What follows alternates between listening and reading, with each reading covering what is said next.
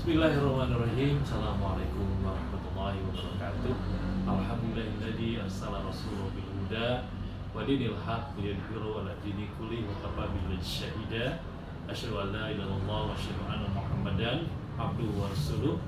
Allahumma shalli ala Muhammad wa ala ali Muhammad wa sallim ala Muhammad. Qala Allah ta'ala bil Qur'anil Karim wa billahi minasyaitonir rajim. Ud'u ila sabili rabbika bil hikmah wal mau'izatil hasanah wajadilhum billati ahsanal ayat.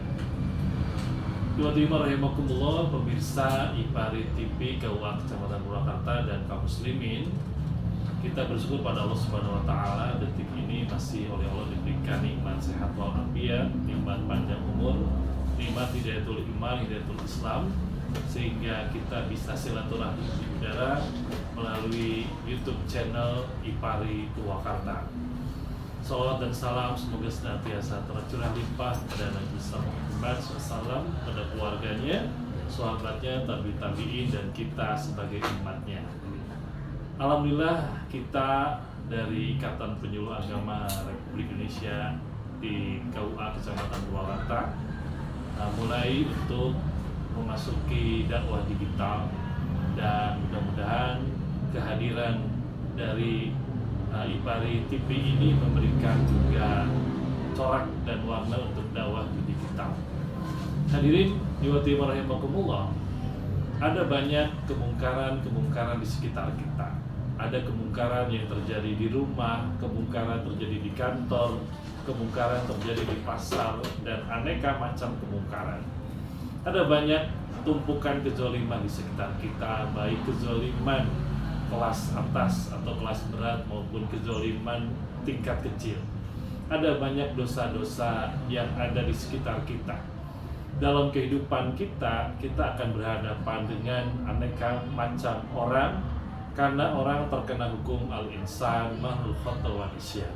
Setiap orang pasti ada keliru, ada khilaf, atau ada orang yang terjerembab pada perbuatan dosa.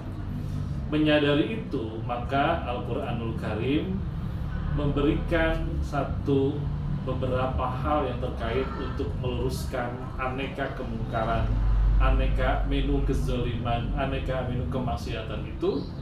Allah Subhanahu wa taala menurunkan dalam berbagai lapan.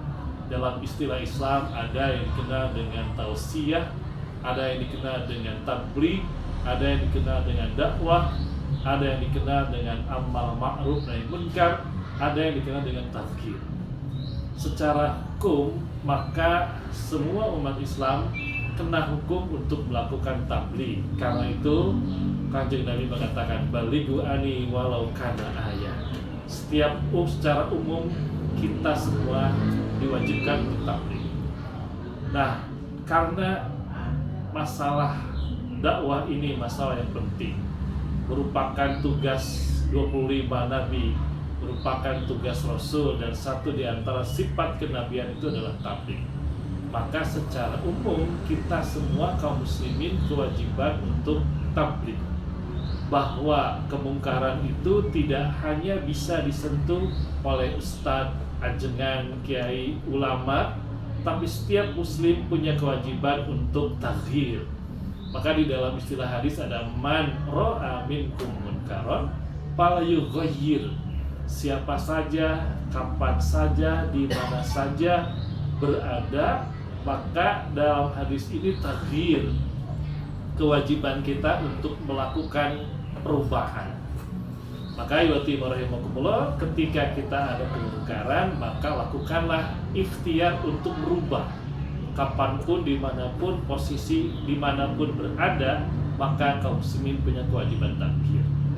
Nah, hadirin rahimahullah, maka Rasul memberikan panduan bil yadi, robahlah kemungkaran di sekitar kita dengan kekuasaan.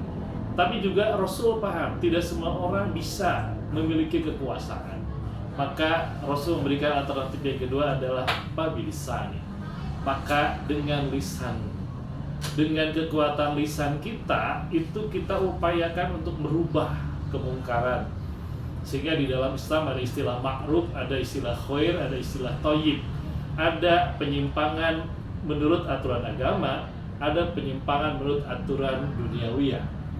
Nah, maka kalau tidak mampu dengan lisan, fabiqolbi, cukup dengan hati. Memang di dalam konteks ini tidak disebutkan bil medsos sih, karena situasi kondisi zaman itu belum ada. Maka yuatim rahimakumullah, tugas kita adalah bagaimana mengajak, menyeru melalui media yang kita bisa.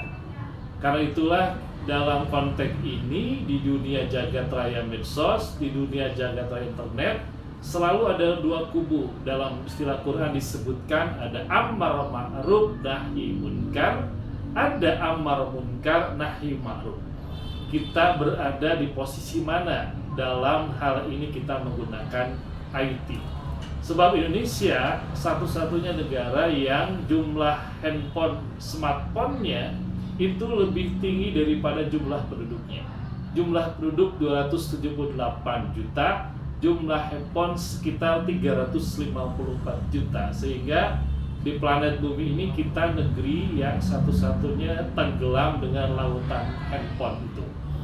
Yang kedua, daya untuk memakai handphone orang Indonesia rata-rata 8 jam per hari.